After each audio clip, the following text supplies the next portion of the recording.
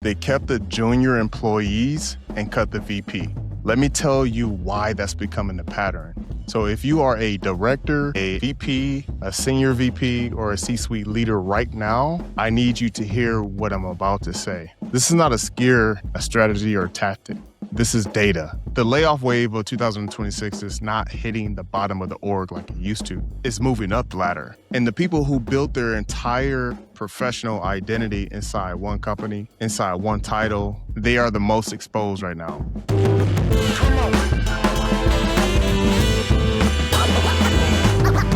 So today we talk about why. Why is this happening? And more importantly, what to do about it. You have time. There's still hope. Now, if you're new to the pod, if you're new to this channel, thank you for coming on. This is going to be impactful for you today.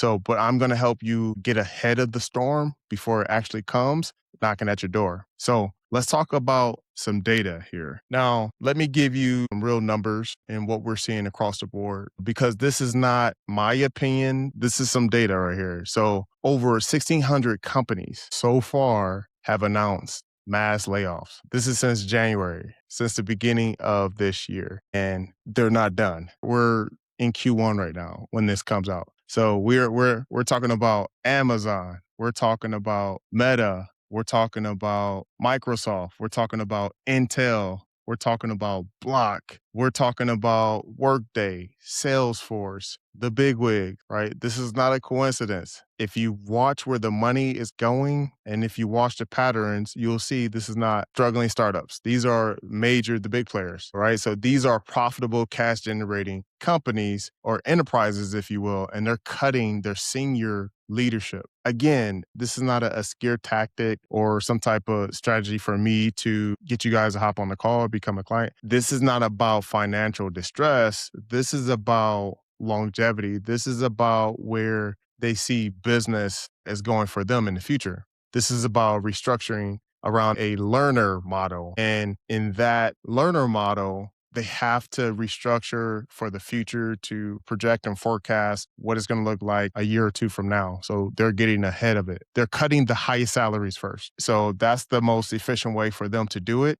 So it looks good on their spreadsheet. So one survey over 1,000 US business leaders found that 48% identify highly compensated employees as the most risk for cuts. And that is not a junior employee statistic. This is a senior leader statistic. So that's you. I want to take a pause for a second and talk about your confidence, right? You got the experience, the results, the credibility, but when it comes to putting your voice out there, fear creeps in.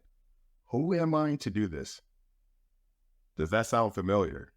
That's imposter syndrome, and it's keeping you small. My coaching is about breaking through that, helping you turn your expertise into content, conversation, and coaching that builds real influence in your industry. So if you're done hiding behind titles and ready to lead with your story, head over to connectingwithcreatives.com/coaching and let's get started.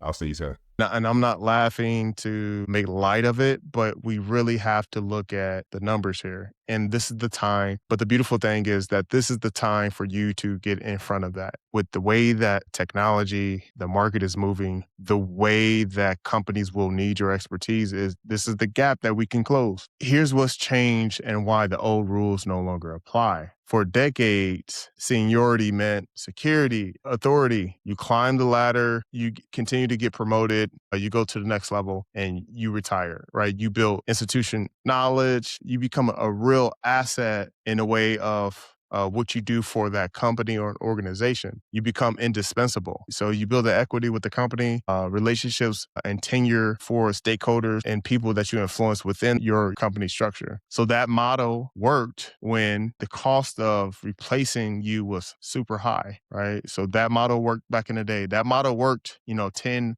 even 5 years ago, that model worked to a certain degree because that replacing you it costs way more than what the company is willing to invest to replace you. But companies are now making a calculation that they haven't made before at this scale. And they are asking, can we get 80%, right? Can we get 80% of this person's output in a junior employee, in a junior hire, plus the use of AI, right, system at 40% of the cost. That's what they're calculating. Can we get like an 80% of output? You couple that with AI system at 40% of the cost. And for a growing number of senior roles, the answer that they concluded was, yeah, we'll take that bet. And they landed on yes. Now, this is not about your performance. This is strictly a business move. And they're playing chess and not checkers. At the end of the day, it comes down to math. So if your math is not mathing, if you're not building equity outside, your math should be building equity in your percentage of income outside of your role so you have more security and leverage. So the roles that are most vulnerable right now are share a specific profile. Now, these roles, they're high salary. So if you're making six figures plus 125, 150, 200, 250, yeah, this is you. They involve work that can be systematized. So if the role, the work that you do, it can be systematized, you're at risk. So, and they sit in layers of management that companies are actively trying to flatten. So literally, if you have a role that can be manually done, if it's calculating numbers, if it's reaching out, if it's following up, all of those things can be automated. So if you are leading a team, managing, like I said, a process, you're overseeing a function that could be restructured. Theoretically, it could be restructured. You are in that conversation, right? You are in that conversation, whether you know it or not. Those conversations are being had as you're listening to this. And it's on the next meeting and the meeting after that. So they're thinking about cutting costs. So let's talk about the call nobody sees coming, right? So that leads us there. So if you're not preparing for those calls right now, if you're not preparing for those shifts, you need to start right now. So right now I want to talk about, the call for a minute because I think people, a lot of times your work, coworkers, colleagues, sometimes you consider them as family. Business is business when it comes down to it, and everyone has to answer to someone. So if it doesn't make sense for the business long term, you perceive those people as your family, coworkers, colleagues, you guys are tight. But I'm telling you, I've seen this. Business is business. So don't underestimate how fast this can happen in the blink of an eye. So you are not going to get a 6-month warning. You're not going to see a town hall to where you have that luxury to where they kind of give you guys a heads up so you can start looking for different opportunities. It doesn't happen like that. So what happens if you get a calendar invite with no context, or you skip levels and they ask you for a quick sync, or HR reaches out to you to schedule a time? All that can be done in 20 minutes. Everything that you built over the last, 10, 15 years inside that company goes out of the window in 20 minutes. It happens like that. So the relationships you built, reputation that you have, the projects that you led, the institutional knowledge that you have, all of that is gone in 20 minutes. And it doesn't transfer, right? It doesn't transfer after they let you go. So your equity in that organization does not follow you. So if you go to another situation, you have to start over. You have to start building that trust. Have to start building those relationships. You have to start proving yourself to the new organization. And if you have not built anything externally outside of the organization, it's going to be really challenging for you financially, mentally, emotionally, especially if you don't have a pipeline of opportunities. If you have no market presence outside of the organization, it's going to be challenging for you to get your next opportunity. Not saying that you can't lean on your network or there's not, opportunities that reached out to you in the past, but the week after that call, you're starting from zero. I've seen this happen to people, right? When I was in a recruiting firm, I had literally seen this happen firsthand. Like I said, you have time in 15, 20 years. You're great. You work with brilliant people. Like you're overqualified, but people who have leverage, they're not utilizing it because they didn't think it was going to happen to them. Typically, it happens to them. And then they're on LinkedIn. I've been there too. So I'm speaking to myself, looking to get hired. You have that green badge. You don't have the purple one, but you have the green one. So the question you need to ask yourself today is, what are you going to do about it? Right? What are you going to do about it? And you have to be honest with yourself. Are you set up for success? Are you set up to pivot? Are you set up to leverage your expertise outside your company? Right? I want this to sit with you. So if you're in a role, if your current role was eliminated tomorrow, what would you have outside your company? Not your resume, because people want to see. They want to see and know that you're a leader, a mover, and a shaker.